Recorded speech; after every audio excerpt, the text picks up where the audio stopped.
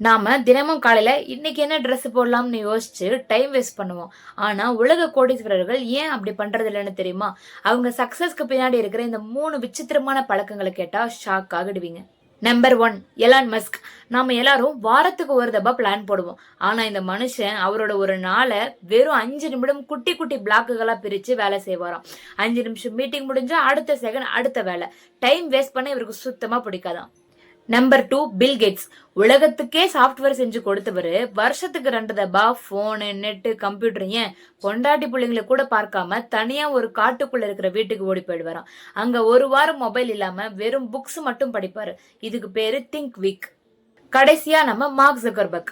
உலகத்துல இருக்கிற முக்காவாசி பேரோட டேட்டா வச்சிருக்காரு. ஆனா இவர்கிட்ட பில்லியன் கணக்குல பணம் இருந்தாலும் தினமுமே ஒரே ஒரு சாம்பல் நிற டிஷர்ட் தான் போடுவாரு. ஏன்னா இன்னைக்கு என்ன ட்ரெஸ் போடலாம்னு யோசிச்சு அவரோட மூளையும் நேரத்தையும் வீணாக்க இவருக்கு இஷ்டம் இல்லையா. சோ நாமளும் நாளையில இருந்து ஒரே கலர் ட்ரெஸ் போட ஆரம்பிச்சிடலாமா? என்ன சொல்றீங்க? அப்படியே உங்களுடைய ஃப்ரெண்ட்ஸுக்கு இந்த வீடியோ மறக்காம ஷேர் பண்ணுங்க. மேலும் இந்த மாதிரி இன்ட்ரெஸ்டிங்கான வீடியோஸ் பார்க்க தீப்தி எக்ஸ்ப்ளோரை ஃபாலோ பண்ணுங்க. தேங்க்யூ.